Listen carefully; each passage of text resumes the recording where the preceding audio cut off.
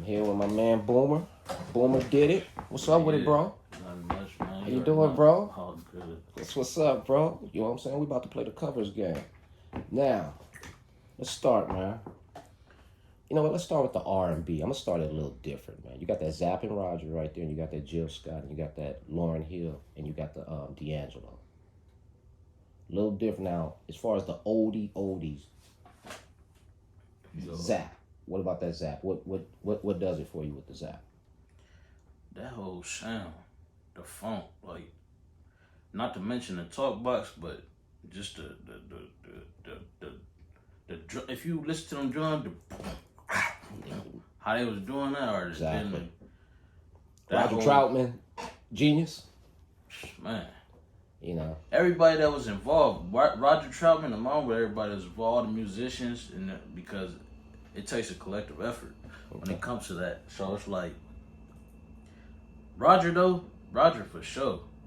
Just to be able to play that talk box and harmonize with it and Revolutionized the whole game, whole different game. this crafted the sound of what would be called the West Coast, the G-Funk and all You're absolutely right. You're absolutely right. that in Parliament. How many people sampled that? Exactly. I would say. Okay, okay. Throw the Johnny Guitar Watson in there, Johnny man. Guitar, watch that. My auntie used to call me this when I first started picking up the guitar. Is that right? That was your nickname, Johnny Guitar She Watson? come in there and see me try to practice Johnny Guitar. So it made you like Yeah, that's dig why- into yeah, it to okay, see that's who what this I'm like. person And is. then I started listening. I want to tie you, baby. I'm like, this Oh, was a cold player right Boy, here. this man, Johnny Guitar Watson? Oh, B. Man, come on, man. A Come real on. motherfucker. Just to Man. hear what he was talking about too, like on the ain't that a Ain't bitch? that a bitch? Come In on, real man. life situations, like Come on, man. He one of the first dudes you ever heard cussing on a record like that when you smaller. Okay. We talked about this earlier. Leroy Hutchins. Get back into that Leroy Hudson, man. Curtis Mayfield. A lot of people don't know this dude right here replaced Curtis Mayfield as the lead singer of the Impressions when Curtis Mayfield Facts. he went to do his solo career. Facts. On this one right here though, my shit on here is that when you smile, Oh, smile. man. I play that like it's today, Man. like it's motherfucker The came out test of yesterday.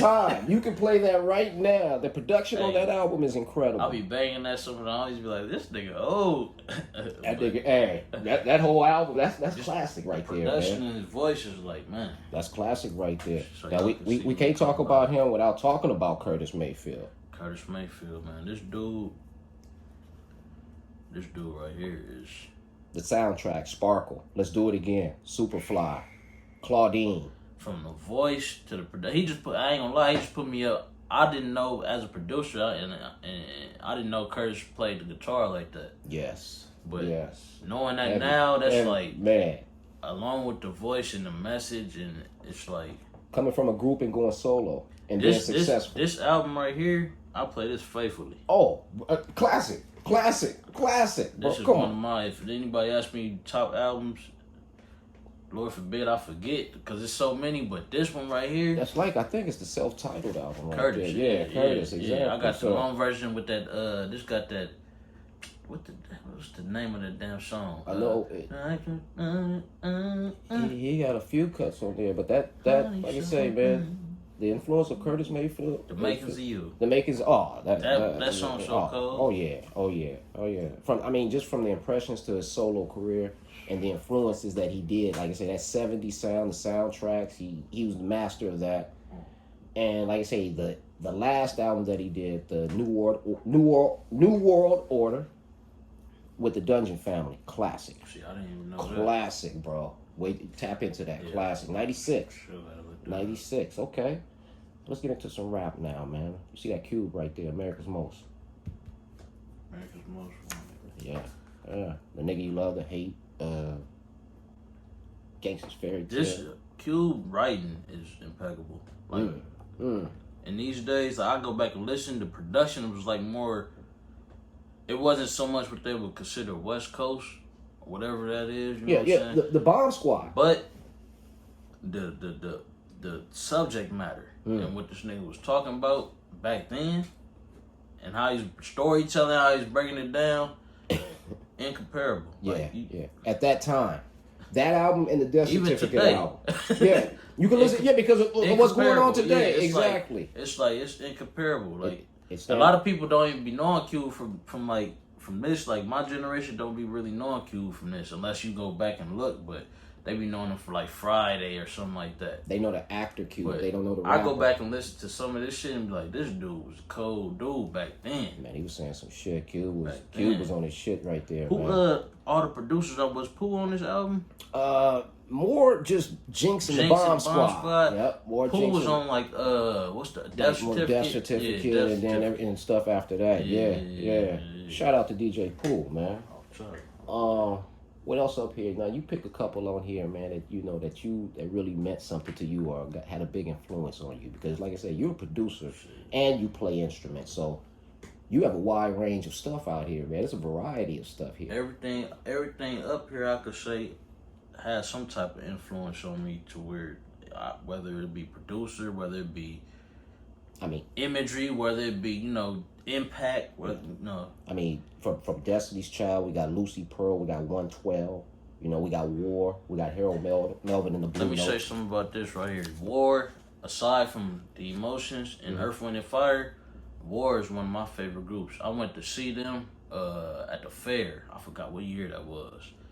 And the lead, the founder of War, Lonnie Jordan, is from Compton. He went to Davis. That's what I heard. Ain't he front hood or I don't know exactly. But he is from Compton. Yeah. Okay. But he set it up there too. He was on stage because I peeped that and I already. And that was the first time you heard it? I already liked the music, but he said it out his mouth on stage. He was like, it's a Compton boy or something like that. I'm like, see, that's what I've been telling niggas.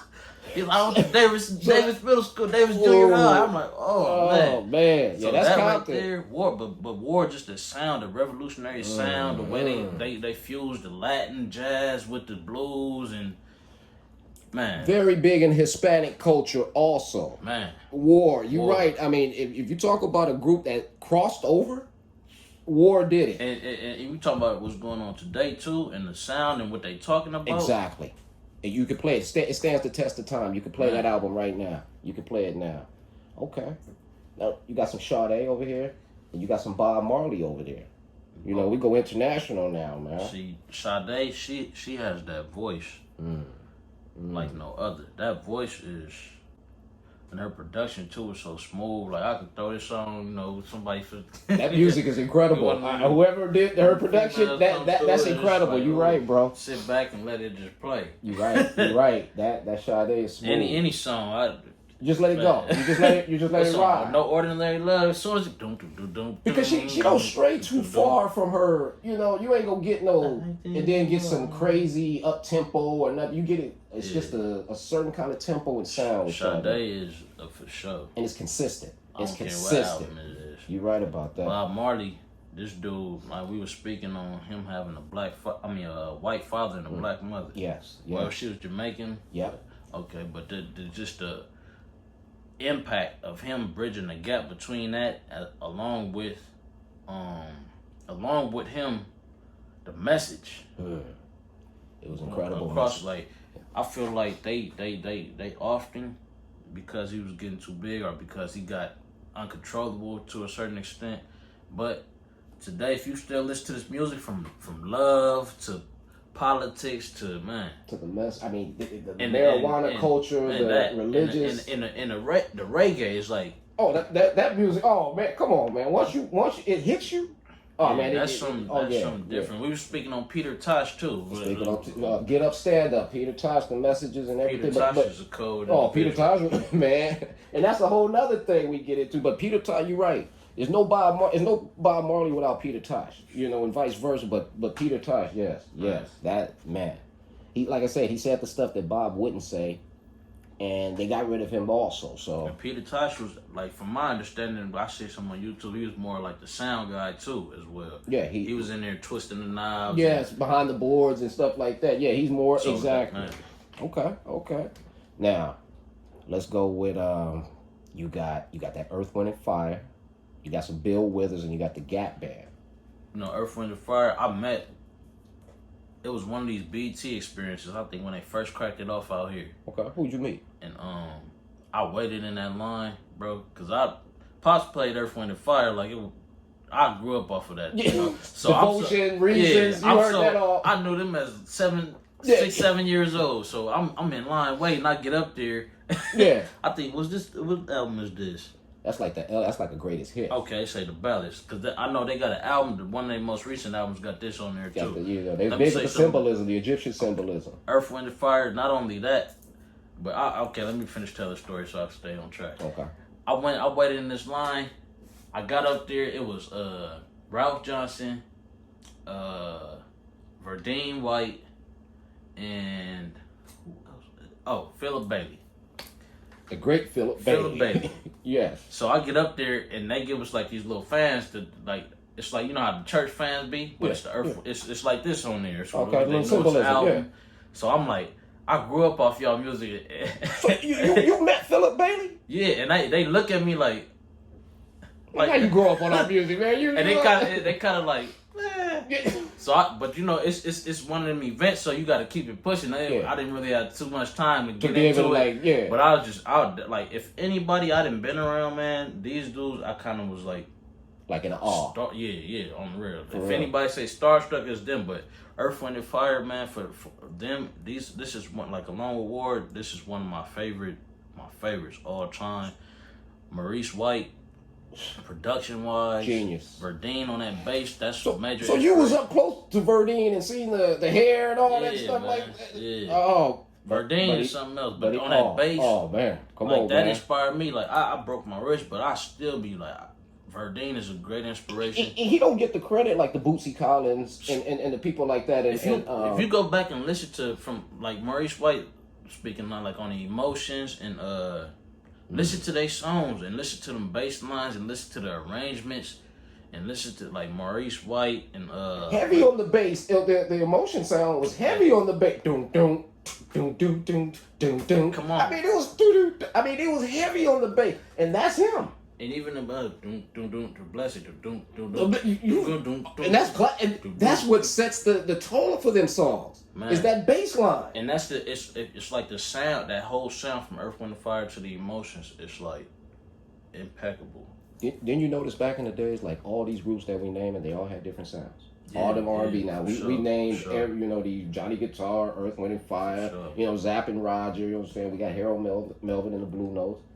Now, you know what? Let's talk about the Gap Band. Okay, before we leave off at Earth, Wind, and Fire real fast. Okay. Not only did they have the music, like, if you go back and look at the album covers, the symbolism in there. The messages and the symbol, they was ahead of their time.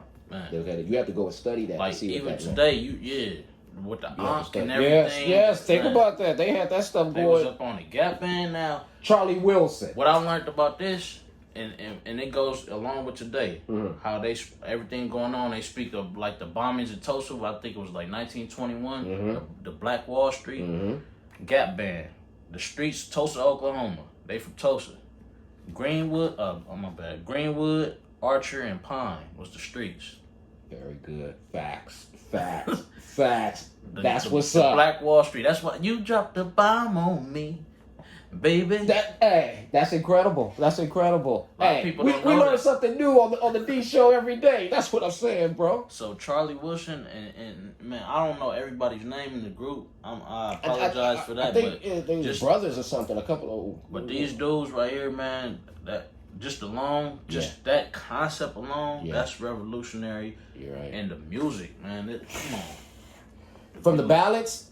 Yearning, Burn on me. Yeah, come on, man. And that sound, just that whole sound. Come on, ballads, man, all of that. And like I say, we haven't named all these groups that we name, and then nobody is nothing the same. That Leroy Hudson, Curtis Mayfield, nothing is the same. They had their own lane. That was the originality of the music back then, you know. But so they for sure is an influence on what I do. Another thing with the what would be considered G-Funk today. These dudes, Gap Band. Yeah. So Warren G, Dre, Hutch, all them dudes, Battle Cat, all them dudes influences, of course. They for sure had to be up on this. Of course. For sure. Of course. You know what? Now let's get into some modern R&B. Like I said, we got this, let's, Lauryn Hill, Beyonce. Two of the biggest females of the game. Especially at that time. I'm going to say at the time. When Lauryn dropped her album, Beyonce, whatever. Speak on that Lauryn album, man, because everybody comes in and speaks on that album. Well, this was her only. I believe this was her only real like label release. Exactly. Yeah. But what she spoke on here, for her to be rapping and singing at the level she was doing it, that's what set her, like, even to pull this out, the Fugees. Yeah. She was kind of giving these niggas a run for their money. I ain't gonna lie. Everybody like Lauren. Everybody like Lauren the best in the group. Come on, man. Come on. Come on. Everybody like Lauren the best in the group. You know, no disrespect the prize not at all, and Wyclef. No disrespect. Clef was producing a lot, right? Brilliant sound, genius. That genius. sound. And, genius. Praz And I love Praz with the voice. Doing this thing. Yes. But Lauren was the standout. And she like, yes, as a black woman, yes, and not only to just say women, but as an artist, period. Her pen was impeccable, and the way her voice, that tone, it's raspy, but it's so smooth. And this right here, she has so many cuts on here, man. I still play this today from Forgive them, Father, for come on, they man. Know not what that album is classic. The whole thing, just let it ride. For real. But who would think she would have did that from this? I mean, you seen the potential, but you never thought she would combine the two, the singing and rapping, and come up with that masterpiece right there. Man, that album is incredible. Like, you remember when that came? Like, you're a little young, but you remember. What year was this? Like 96, 97? 97, about 97. I probably was like 6, 7 years old, and I wasn't really on. Like I said earlier, I go back and listen to stuff that I listened to as a child, and you're a student of the game. I realized more. You know, it resonated with me more today because of things I've been through, experiences I had. So just to hear the messaging within it, and it's like, I be trying to sometimes like recreate, like, how did they put that message in there? Not so much the music and all that, but how did they write like this? How even songs from like Earth, Wind and Fire, or like what made them say certain like things? But see, as a writer, I understand it's a higher. It sometimes it just come through you. And just it's like a spiritual thing, and that's real. Something like, just more than just the average. Something comes through you. Like, right. She was definitely. She was definitely one of them ones. Oh, man, you know the disappointment is everybody expected the follow up. You know what I mean? They expected to get another one of those. I think man. That Unplugged, I love it. The Unplugged she did, a lot of people don't mess with that's it. That's a lot of she's doing a lot of Bob Marley, and that's one of. Now with you pay attention to Kanye, when he had Selena Johnson singing that. Yes, you heard her. Yeah, exactly. That was Lauryn Hill. That's Lauryn Hill. I love that Unplugged. Jerusalem, the way she's sitting there, the messages on that. The mystery of the mystery. Man, come on, man. I love that. She's speaking some real shit. Like, that's the follow up, but people didn't want that. That was too much for people. They want the safe. They want you to be safe and she was speaking that shit though. Okay. Now let's get into the impact of the Beyonce, Destiny's Child. You know, since you got that. Let's start off here with the writing on the wall first, because this is where it came from. This is before Michelle. Being a producer, what do you rate the production on that? I ain't gonna lie, when I was a kid, this shit was going. It's banging to you. Ladies of your man. Yeah. I ain't know what I was talking about. But it was going. It was going. What else is on here? Man, they had the whole world going. Come on, man. Bills. Can you pay my all bill? That. Remember all the videos? Kids, we used to remix it. I ain't paying no bills. I ain't paying your telephone bills. And it was good to look at, too, when you see the videos. Come on, man. Bugaboo. All that stuff was hits. All that stuff. Jumping. Oh, that I already said that. Say my name. All that. Dark Child. I believe it's Dark Child. Let me make sure. See, this is a thing too. Like nowadays, you don't really get this too much, where you can open it up and go look and actually see. This is why I still buy vinyl. Exactly. Big. I'm heavy in vinyl too. You're right, bro. Okay, so you got LaToya Luckett came from this original LaToya Luckett. Yeah. And you got Beyonce, Kelly Rowland, yeah, Latavia. Yeah. This was before Michelle got into the group. Yeah. But I like the original. I like the original lineup right there. But this right, they chemistry right here was so cold, and the sound behind it at the time, and even today, I listen back, like it was so progressive in R&B. Like it was. You don't get another girl group from. Think about it. What other girl group you got like besides this? them? Nah, you don't get it. And then from that, you get this. I ain't gonna lie, when I was middle school going to high school, that album right there, I am in love with niggas. Probably like, this nigga Beyonce was my shit. Like, hey, if niggas people can't front on that because if you was with a girl and she wanted to listen to some Bro, Beyonce, I used you to gonna make- play that Beyonce. So come on now. What song? I used to make R&B mixes. Oh, okay. and You always had the Beyonce on yeah, there? okay, yeah, for sure. That Crazy in Love, Yeah. The Signs, Me, Myself, and I. And the Crazy in Love is the one with Jay-Z, right? Yeah. So people, yeah. you know, that people in the video, Produced that. people rock that. Let me see. People rock with that. Produced by Rich Harrison. Okay, I didn't know that. Baby Boy, that song remind me when I used to be going to football practice on Saturdays. That song used to always come on the radio. Is that right? So you? That's like they Sean wore Paul. it. Yeah. Oh yeah. Dangerously in Love, man. This whole, and then Gift from Virgo. I'm a Virgo, so you know that's already automatically. It's already had a little meaning. Okay. But this album right here, this is one of my favorite Beyonce albums. Like Today, what she doing is cool. No disrespect. Every girl you knew had that album. This Every right girl, here. every girl I know had that album. This album right here. That and the Lauryn Hill. Them two right there.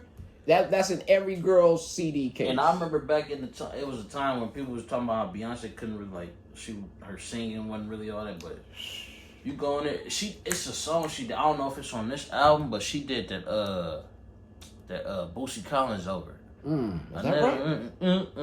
Oh, is that right? I don't think it's on this album though. It might. I forgot what album that is. Probably one of the. Is that right? Oh, I Yeah, definitely she got did to. that over. How it sound? It's dope. Well, I can imagine. Yeah. Come on, man. All right, man. Let's come home. Let's pick up them chronics, man. Let's get them 2 chronics, man. Let's come home, man. Let's come to the West Coast. You know. You got the Chronic, and then 2001. Now, I was probably a baby when this came out. Okay. But going back and listening to that and understanding the timing of it, this was after the NWA era.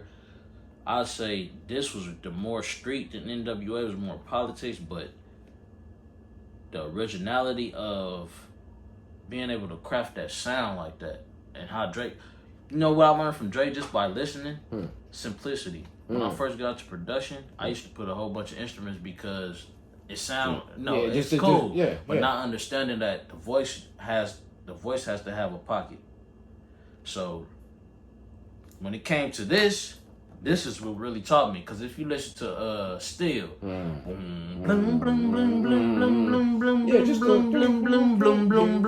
That's it. Yeah. 2 chords. Yeah. That's 2 chords.